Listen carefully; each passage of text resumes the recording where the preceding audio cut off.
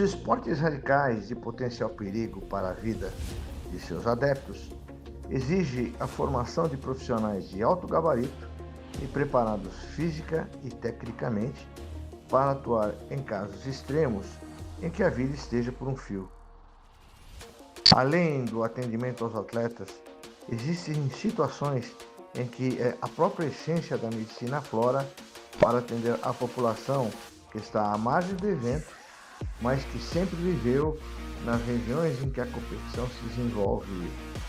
Acidentes complicados de cobra e tantas situações são contadas neste episódio.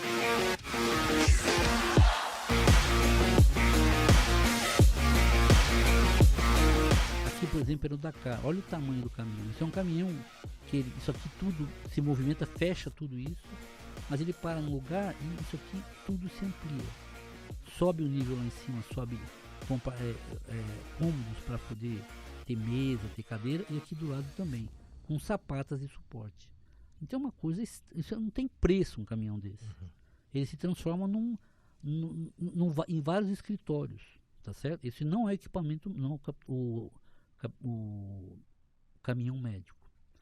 Aqui, então, você reúne todo o pessoal, aqui é uma reunião da equipe técnica, aqui é todo o pessoal da equipe técnica que você vai brifar. O que é brifar? Você vai conversar sobre as características daquela prova. Onde vai passar, quais são os trechos perigosos e explicar para eles as características de algum detalhe da prova. Além do entrosamento entre todos os staffs, médico, técnico, comunicação, etc. Exatamente. Isso é importante. Então né? aqui, turma, você está vendo, isso aqui é equipe técnica, não são competidores, tá certo? Aqui, ao contrário, aqui é um teatro onde estão os atletas. Então você tem que explicar para esses atletas como vai ser a prova, algumas características importantes, alguns textos que eles têm que tomar mais cuidado, quantos médicos vai ter na prova, como que eles fazem para se comunicar com a equipe médica e assim por diante. Tá certo? Como é que é o chamado médico? Como que é o chamado médico?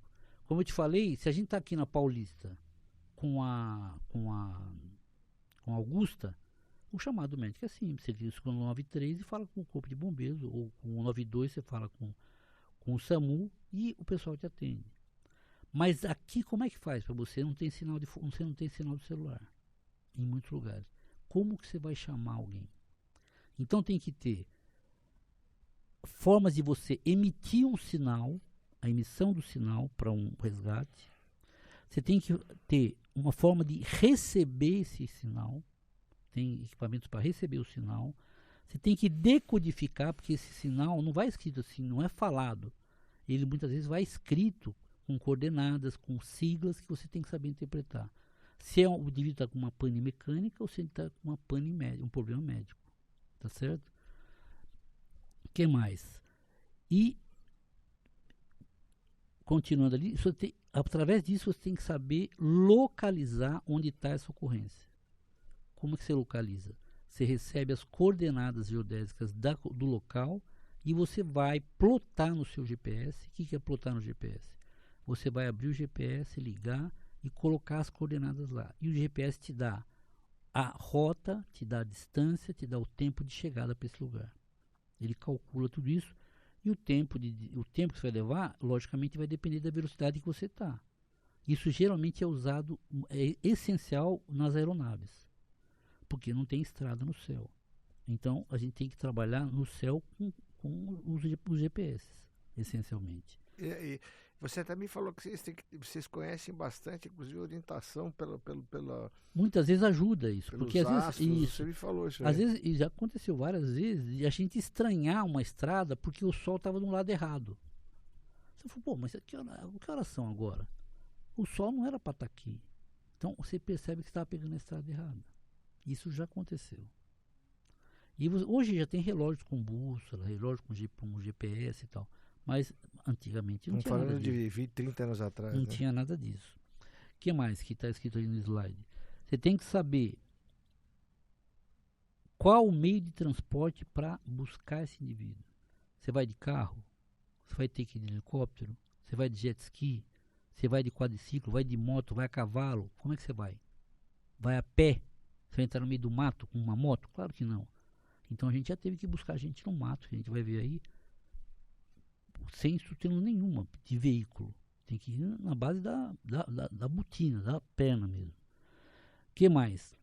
Você tem que ter uma estratégia de acesso e resgate, que eu acabei de falar. Você tem que saber como você vai chegar naquele lugar e como você vai resgatar essa vítima e trazer de volta para um lugar, para o helicóptero ou para uma ambulância de apoio e assim por diante. Você tem que saber como você vai transportar a vítima, tá certo? Se você vai transportar ela numa maca, se você vai transportar ela sentada e assim por diante. O que mais? Você tem que saber para onde você vai levar essa vítima. Você vai levar a vítima para o acampamento, para o posto médico? Se for uma situação simples, vai. Se for uma situação mais complexa, você vai ter que sair do trajeto da prova e levar a vítima para uma cidade perto que tenha o mínimo de estrutura. Então a gente estuda o trajeto e vê os hospitais que tem na região de toda a prova. Às vezes prova com 5.000 quilômetros. O que mais? E a gente vê o pós-atendimento, que eu vou comentar depois. O que é isso? Tá certo? Continuando.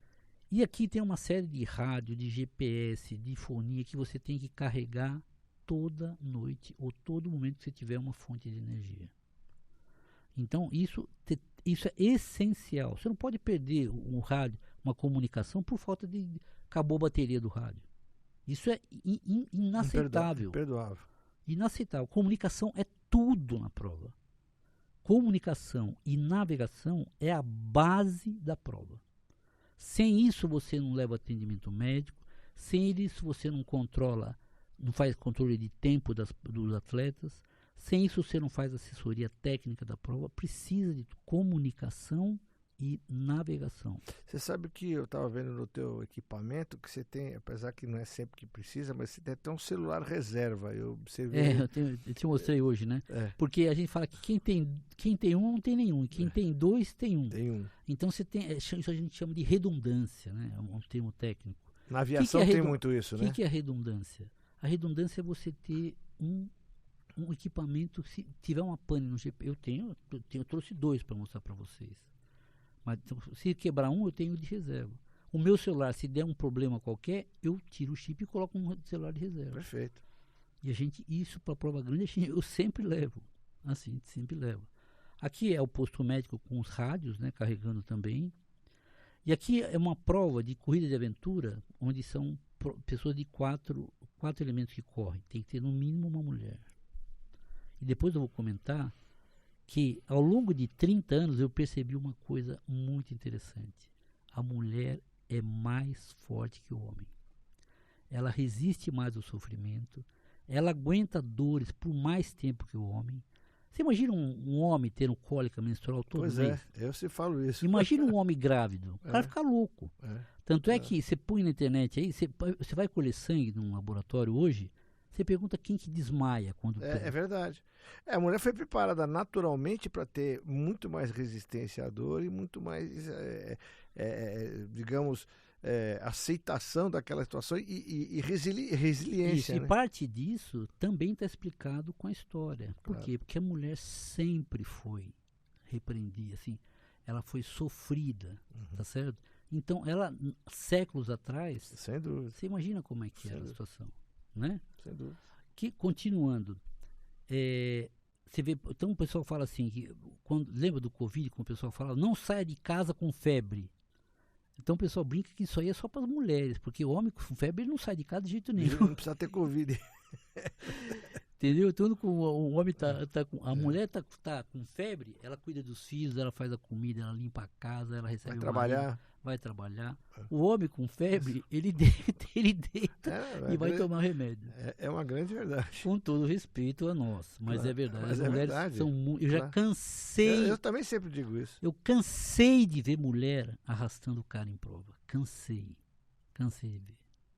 Continuando. Então aqui é uma base da prova onde tem pessoas que recebem o sinal e estão estudando todo o trajeto, sabe, da equipe médica, e eles respondem o sinal de um chamado, seja um chamado técnico, seja um chamado médico. Então vou voltar. Então são pessoas que estão ali num ponto estratégico para receber o sinal. E eles também são itinerantes. Eles têm que acompanhar muitas vezes a prova. Continuando. Isso aqui é um outro tipo de aparelho que recebe chamado. Não é celular, não é um tipo de telefone satelital, não é outra forma de comunicação. Isso aqui é muito específico. A gente vai ver a seguir. Então você tem um mapa de alguns trechos, aqui é outra situação, e você recebe um sinal nesse aparelho. Aqui a gente está vendo, ó, um chamado de help. Então é uma mensagem da pessoa e, passando para o próximo detalhe, ali essa pessoa mandou as coordenadas e ela está precisando de atendimento médico. Então a gente decola, plota o lugar e a gente decola para ir buscar essa pessoa, atender a pessoa, dependendo da gravidade, lógico. Para você ter uma ideia, em provas grandes como o Dakar, se você acionar a equipe médica, o helicóptero até você, mas se for uma situação simples, você paga uma multa enorme, pesada. Então tem que ter critérios para você chamar um helicóptero, se você estiver sozinho. Outro detalhe muito interessante. No Dakar, por exemplo, tem a moto e tem um aparelhinho, uma teclinha que você aciona quando a moto é acionado quando a moto cai ou quando a moto deita. Se o indivíduo está andando, ele perde a navegação, sai do trajeto da prova, como já aconteceu e a pessoa morreu. Ele sai da prova, ele cai com a moto. Ele cai com a moto e fica inconsciente. Automaticamente, essa inclinação manda para a coordenação da prova a coordenada dele. Aí você pergunta assim, pô, mas e se o cara deitou a moto para trocar o pneu? Ele desativa com uma teclinha esse sinal. E esse sinal, esse aparelhinho, que está na moto, por exemplo, no carro, ele aciona o aparelhinho para chamado médico ou aciona para uma assistência técnica. Tá certo? Continuando. Então aqui estou eu dentro de um helicóptero, então eu estou com o fone de ouvido, tenho um microfone na minha boca, eu estou na fonia aeronáutica, então eu escuto a fonia da comunicação entre as aeronaves. Além disso, eu escuto a fonia de terra, muitas vezes, e eu converso com o piloto também. Então, nós três que estão, o piloto, e o médico e o enfermeiro, a gente tem que usar tem que usar o fone e o microfone. Mesmo porque é um barulho enorme dentro da aeronave, do helicóptero. É muito barulhento.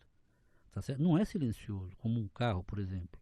Então você tem que usar esse tipo de fone. Vocês se ouvem como nós estamos nos ouvindo agora, com o fone aqui, mais ou menos por aí, né? Exatamente. Então aqui eu estou com um rádio, eu tenho um rádio que não está aparecendo aqui, que é o rádio maior, que é uma maleta.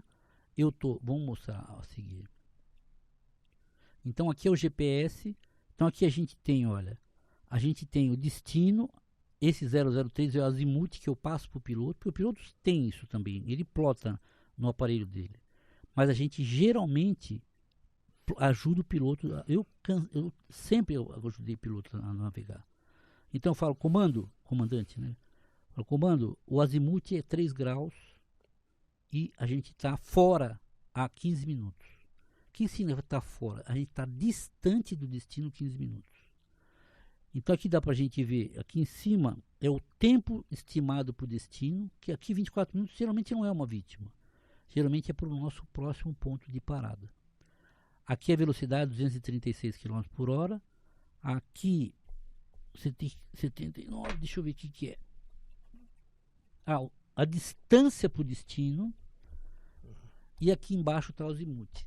E tudo isso aqui você pode reconfigurar. Essa tela ela é configurável para um monte de variáveis. Você pode configurar para um monte de coisa.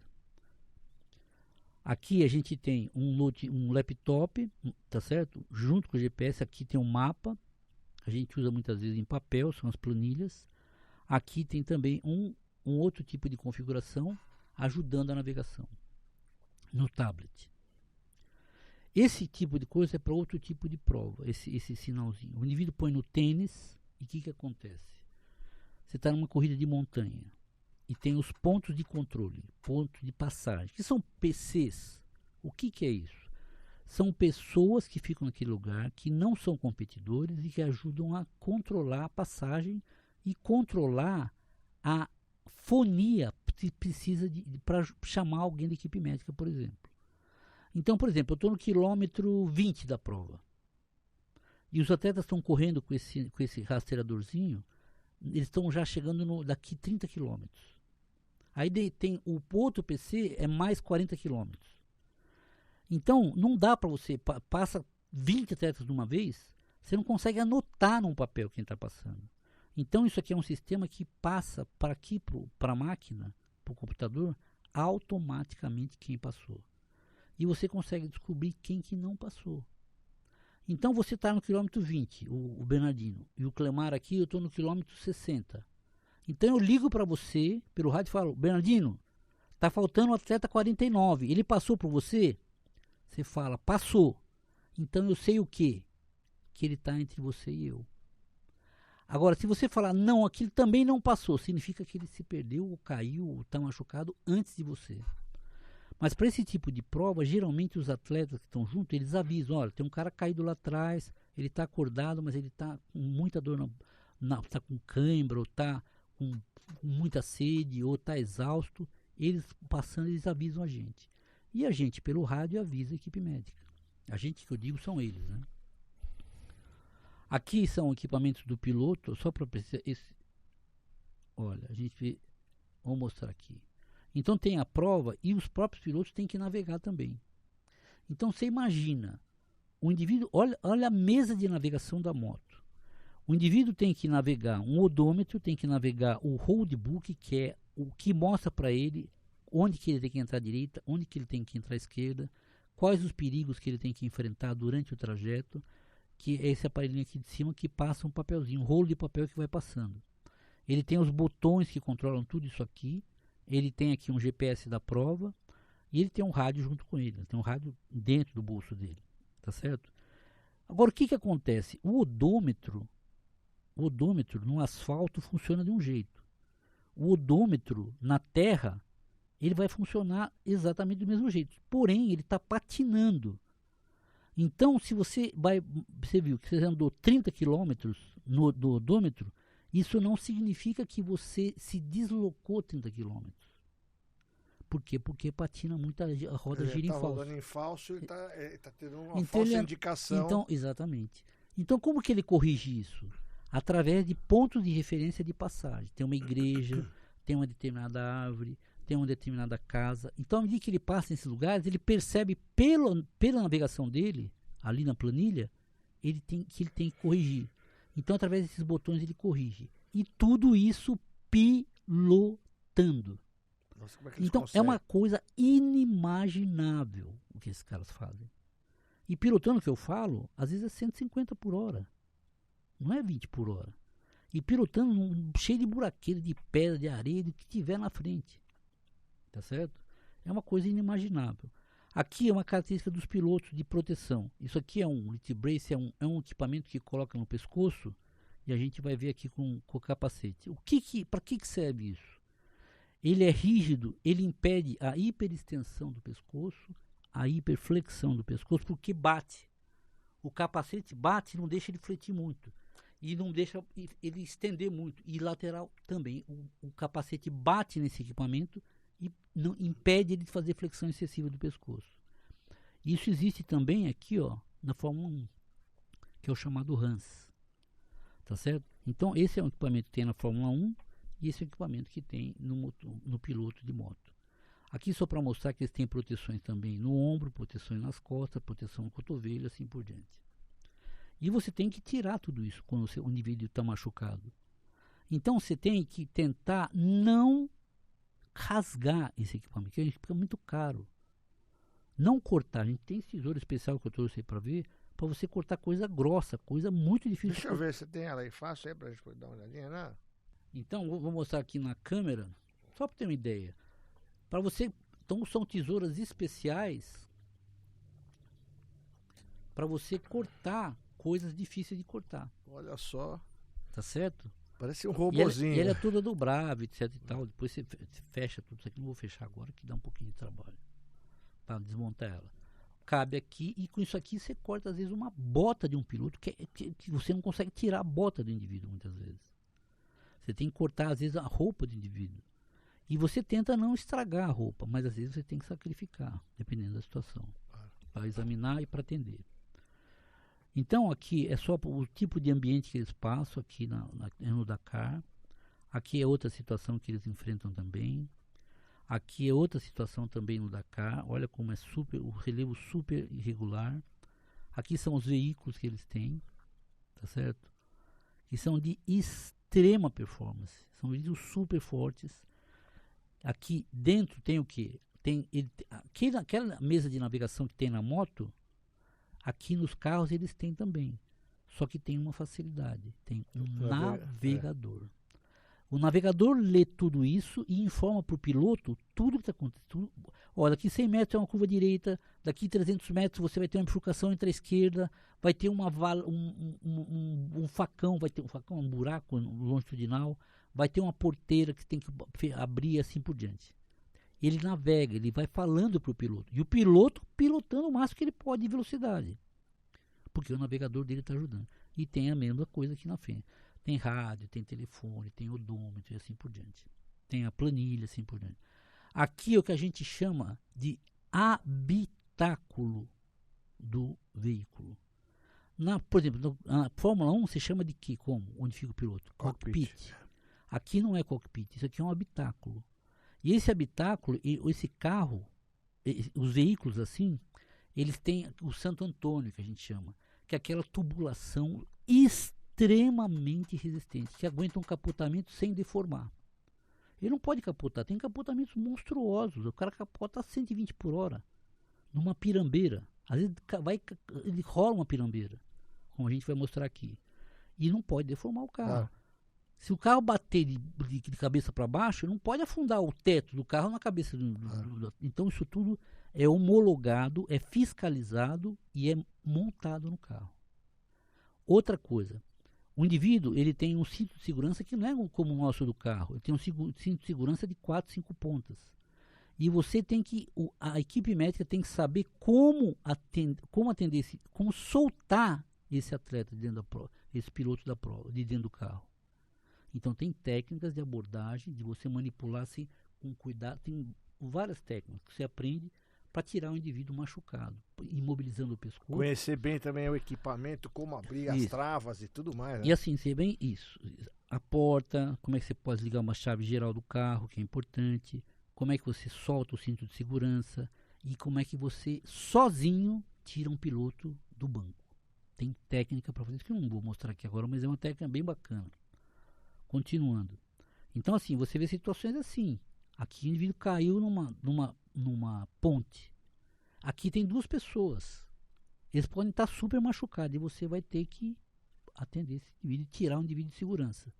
Porque não deforma o habitáculo. Mas com o capotamento, ele pode bater a cabeça do lado, no vidro. Ele pode dar um tranco na mão, pode quebrar um punho. Tem um monte de situações que ele pode se machucar. Aqui já aconteceu de cara cair dentro do rio. Entendeu? E o cara conseguir sair, escapar de dentro do carro. Continuando. Outro capotamento que você tem que tirar o atleta de dentro. Aqui, por exemplo, atendendo um piloto de moto que quebrou o fêmur, a gente colocou um lençol de alumínio para quê? O lençol de alumínio geralmente ele é usado para frio, para manter o calor corporal. O indivíduo que está passando muito frio, numa situação molhada, de extremo frio, você tira a roupa do cara e coloca o lençol de alumínio envolto na pele do indivíduo. Tá certo? Aí você torce a roupa molhada ou põe uma roupa seca em cima do lençol de alumínio. E é impressionante como o lençol de alumínio consegue segurar o calor.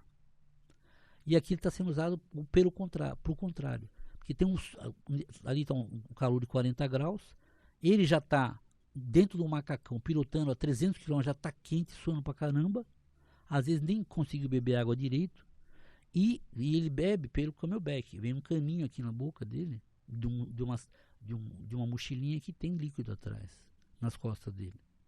E ele tem um caninho que vem para ele aqui. O piloto de carro também tem isso. Não dá para ele se dar. Vai parar a moto para pegar um copo d'água, pegar uma garrafa e beber? Claro que não. Tem um indivíduo que fez xixi na calça, tem um indivíduo que fez cocô na calça para não parar a prova, para não parar de pilotar. Então isso já aconteceu. E aqui a gente colocou por quê? Para proteger do sol, enquanto a gente está fazendo o atendimento. Aqui é a mesma coisa, só que é no Dakar. E esse, por exemplo, esse atleta é um caso interessante.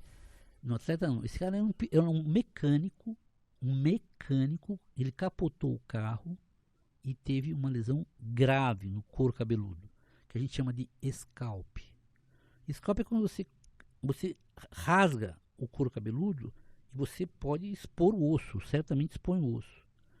Então esse indivíduo, por exemplo, um colega nosso colocou esse indivíduo dentro do carro e pilotou à noite 100 km com o cara assim, gritando, confuso e sangrando. E o scalp que ele tinha, ele falava, tira esse boné, e não era o boné, era o scalp do couro cabeludo. A pele solta. Exatamente. Nossa Senhora. Então aqui tem fotos dele, não vou entrar em detalhes, né? Tá vendo? E ele ficou bem. O que a gente fez? A gente limpou, controlou a hemorragia. Então quando eu estava dormindo numa rede, era quase madrugada. Aí chegou Clemar. Era um colega, um amigo nosso, chegando com esse cara desse jeito. A gente tirou, atendeu, consegui levar num postinho médico. A gente fez tudo isso. Não dava para decolar porque era de madrugada. E a gente tinha que levar, porque ele teve um trauma de crânio grave, potencialmente grave. Estava confuso, etc. Teve um scalp. O que a gente fez? A gente sedou o indivíduo, a gente entubou o indivíduo, colocou um tubo na garganta para poder ventilar esse indivíduo. Esperamos o sol nascer, colocamos no helicóptero e viajamos para Palmas para entregar esse indivíduo no hospital. Por que você tem que sedar um indivíduo muitas vezes? Porque você não pode colocar um indivíduo confuso e ou agitado dentro de uma aeronave. Sem dúvida. Ele pode derrubar a aeronave. Então você tem que sedar esse indivíduo. E dependendo da situação, às vezes você entuba até, para ele poder ter uma respiração melhor. Às vezes o cara está sangrando pela boca, assim por dentro. Você tem que fazer uma coisa que chama proteção das vias aéreas superiores. Você sabe disso como médico. Tá certo? Então a gente esperou nascer o sol, entubado e foi embora para casa. E aqui está a foto dele no ano seguinte. Ficou bem acordado. Ele ficou com a cicatriz, né? Mas salvou. Com respeito aos insetos que a gente enfrenta no lugar. Isso aqui é na Amazônia, uma baratinha pequenininha. Olha só. Aqui um besourinho pequenininho. Aqui a gente tava. Isso aqui foi. Eu fui para a Amazônia mais de uma, fui várias vezes. Fui para uma corrida de aventura, fui para turismo. E fui 2 vezes para acompanhar surfistas que foram para Pororoca. Então eu acompanhei a Red Bull da Áustria. Eles trouxeram cinegrafistas, trouxeram o pessoal técnico, os diretores da filmagem, do documentário, e trouxeram a elite do surf. Então os caras me chamaram o Dr. Clemar aqui no Brasil e eu fui com eles para lá. E aqui eu fui também outra prova, mesmo Pororoca, eu fui com a Red Bull da Áustria que eu estou falando. E outra vez eu fui com a National Geographic do Canadá, as duas para fazer um documentário. E aqui a gente estava almoçando e viu uma caranguejeira no copo. Aqui a Pororoca é aquela série de ondas que é um encontro, uma entrada da água do mar num rio, que acontece uma parte do ano e os indivíduos vão lá para surfar.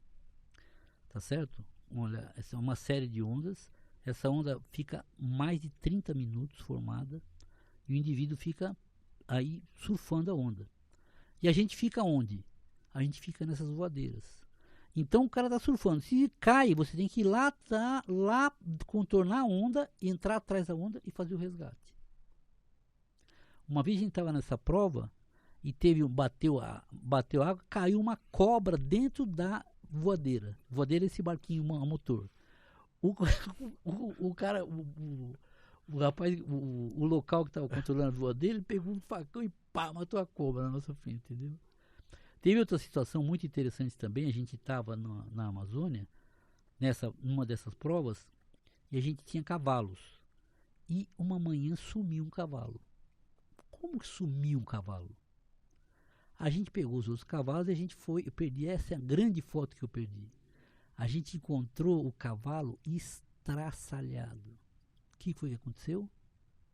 Uma onça. Uma onça catou o cavalo. Então ninguém percebeu, porque ele não grita. A onça, ela vai na garganta. E ela morde a traqueia. E ela destrói ali carótida, a jugular, vai tudo junto. Ela asfixia e ela arrastou um cavalo.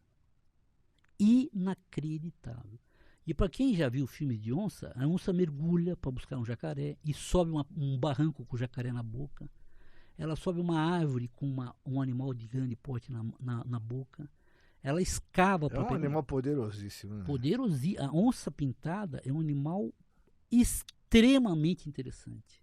Ele é um animal que tem várias habilidades e ele é um predador extremamente perigoso.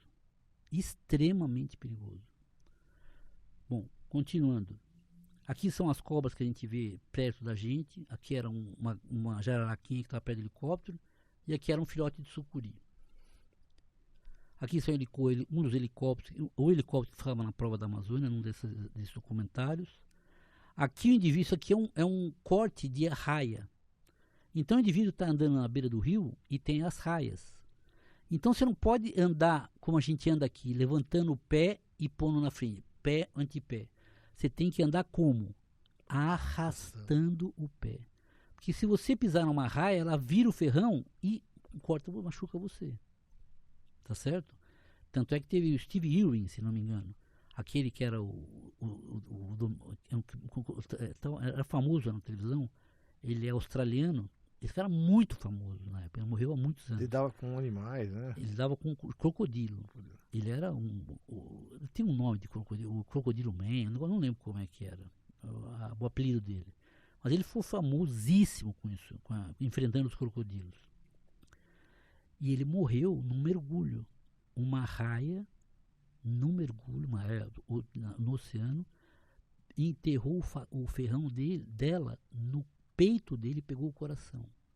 Ele foi levado para o convés do barco e ele morreu no convés. Por uma ferroada de uma raia que pegou no coração do indivíduo. Imagina. Nossa.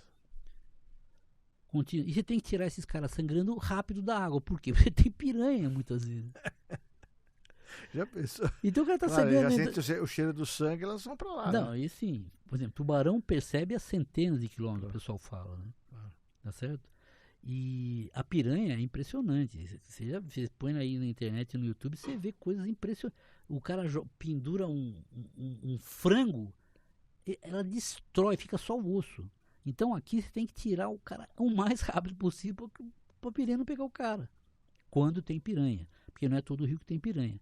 Mas se ele estiver sangrando dentro do rio, aí ele está perdido. É melhor não arriscar. Dá para nadar em rio que tem piranha? Dá para nadar. Com calma, tem várias situações que você nada. Agora, você não pode sangrar. Você não pode sangrar. Tá certo? Aqui são as cobras. Então, você tem que reconhecer. Você não vai pegar... Tá errado você matar a cobra e levar para o hospital. Você não vai matar a cobra. Não precisa levar. Porque você tem os médicos... As características eles reconhecem o tipo de lesão. Aqui, no caso, é uma picada de jararaca. Tá certo? Com as bolhas hemáticas. Foi uma jararaca desse indivíduo. E aqui do lado direito é uma picada, provavelmente de cascavel. A diferença da elapídica da botrópica. Né? Porque ele está com pitose palpebral, ele pode ter diplopia, alguém chegar embaralhado, porque... Ela é neurotóxica, porque o olho conjugado, ele fica, entre aspas, fica vesgo, que não é exatamente isso, mas ele perde um pouquinho da conjugação do olhar. Ele pode ter dificuldade respiratória, pode morrer. Então, só de você olhar para esse indivíduo, você sabe que o indivíduo pode ter sido picado por uma cascavel. A coral, se não me engano, não esqueci agora, mas a coral, se não me engano, também pode dar esse tipo de quadro. Mas ali do lado esquerdo é a jararaca. Uma coisa importante a gente já deixar, tá aproveitando, né, como orientação para as pessoas que nos assistem, você jamais garroteie uma picada de cobra. Ou aquilo que você falou de cortar, de chupar, aquilo lá que você falou de sugar. Não, tinha uma bomba. Eu trouxe os Estados Unidos há muitos anos atrás, mais de 20 atrás, uma bombinha que sugava, se punha, tomava uma picada de cobra e punha a bombinha, uma ventosa. Uma ventosinha eles diziam que chupava o veneno. Mas chupa veneno coisíssima nenhuma. O veneno já entrou, acabou. E você não pode garrotear. Se garrotear uma perna picada por uma jararaca, você pode perder a perna. Sem dúvida. Tá certo? Então você tem que deixar o cara em repouso. Isso aí, é importante as pessoas saberem hidratar, tem uma série de coisas sobre cobra. A aula não é sobre ofidismo, mas vale a pena falar. E você falou para mim até que nesses hospitais que vocês vão ter como referência, vocês checam antes. Isso, se eles têm condições de atender esse tipo de acidente. Mas eu já levei para a Amazônia soro antiofídico. Eu fui no Butantã, eu conheço pessoas lá, expliquei a situação e levei para a Amazônia, em corrida de aventura. E aprende a usar. Eu fiz um curso de ofidismo no Butantã, é importante. E tem que saber aplicar. Saber aplicar, claro. Como aplicar, quanto aplicar. Às vezes você tem que dar um antialérgico, tem que ter um antialérgico na mão. Sim. E assim por diante. Aqui, por exemplo, foi uma situação muito peculiar. Chamaram no rádio a equipe médica porque um atleta tinha sido picado por uma cobra coral. Aí ficou aquele fuzuê na rede, a gente entramos no mato, depois de mais de 1 hora encontramos o rapaz, o atleta, e ele tinha na mão esse ferimento, esses 2 buracos. Isso é um tipo de planta que faz, você bate na planta e faz esses 2 buracos. A cobra não faz buraco assim. A picada de cobra não faz esse buraco. A picada da jararaca, por exemplo, é uma alfinetadinha. São 2 alfinetadas, que a gente vai ver depois. Então eu examinei com uma lupa e falei, meu chapa, pode ir embora. Mas como, doutor? Foi picado? Não foi picado, isso não é picada de cobra. Pode ir embora. E continua a prova. Agora, Mas conta a história, aquela história do telefone sem fio, que era da equipe coral. Então, com isso que eu queria lembrar agora. Aí foi picado pela cobra coral. Só que na realidade não foi picado pela cobra coral. O nome da equipe dele era Coral Kimonos, que era o patrocinador, a marca de kimono. Só que vai passando a fala. O telefone sem fio. Isso, vai passando o telefone de um para outro, acaba virando picada de coral. E não era o cara da equipe Coral Kimonos que foi, teoricamente, picado por uma cobra. Tá certo? Certo. E pro coral é extremamente raro picada por coral. É a cobra que menos pica no Brasil. Não lembro agora estatisticamente. Mas, se não me engano, mais de 70% é por jararaca. Tá certo? A coral, se não me engano, é 5%, por aí, em torno disso. Continuando, aqui a situação é diferente. Aqui é uma picada realmente de jararaca. Dá pra ver que é uma agulhadinha. São 2 alfinetadinhas. E o indivíduo tem um quadro clínico, aquele inchaço, etc e tal. E esse é um atleta de corrida de aventura. Todo machucado a perna, cheio de espinho que eles se machucam. Depois, esse foi um dos primeiros atletas, nos primeiros anos de corrida de aventura. Hoje eles usam as calças especiais, tá certo? Aderido ao corpo e protege do espinho, principalmente. Então a perna do cara fica detonada. Agora, como é que você vai achar numa perna dessa uma picada? 2 picadas. Tá certo? Isso aqui foi uma prova da Bélgica que trouxeram para o Brasil. E um monte de milionário, tá certo? Que a diversão deles é viajar o mundo competindo com esses botes. É o brinquedinho deles. E são botes extremos, de altíssima potência.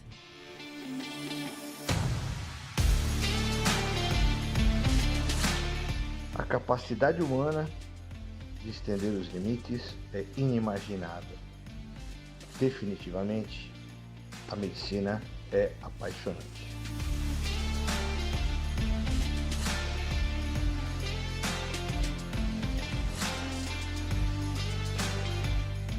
Olá, amigos, seguidores, inscritos e apoiadores do nosso canal. Como vocês sabem, o nosso canal Música, Medicina e Esporte sempre procura trazer um conteúdo de qualidade, falando sobre curiosidades, utilidade pública, informações, e, enfim, tudo aquilo que possa contribuir para o entretenimento e o nosso dia a dia. Mas para isso nós temos um custo, nós temos um equipamento que a gente precisa ter no nosso estúdio, as pessoas que trabalham conosco e que obviamente também dependem desse nosso trabalho, e o YouTube ainda não monetiza adequadamente o nosso canal. Então para isso nós precisamos da sua ajuda. Vocês estão vendo aí no nosso vídeo a chave Pix e o QR Code para aqueles que quiserem contribuir. E na descrição do vídeo nós temos o link do Apoia-se. Qualquer valor, qualquer quantia vai ser muito útil para que possamos continuar fazendo do nosso canal um veículo importante para as pessoas. Agradeço demais E não se esqueça, contribua para o Música, Medicina e Esportes. Vamos em frente.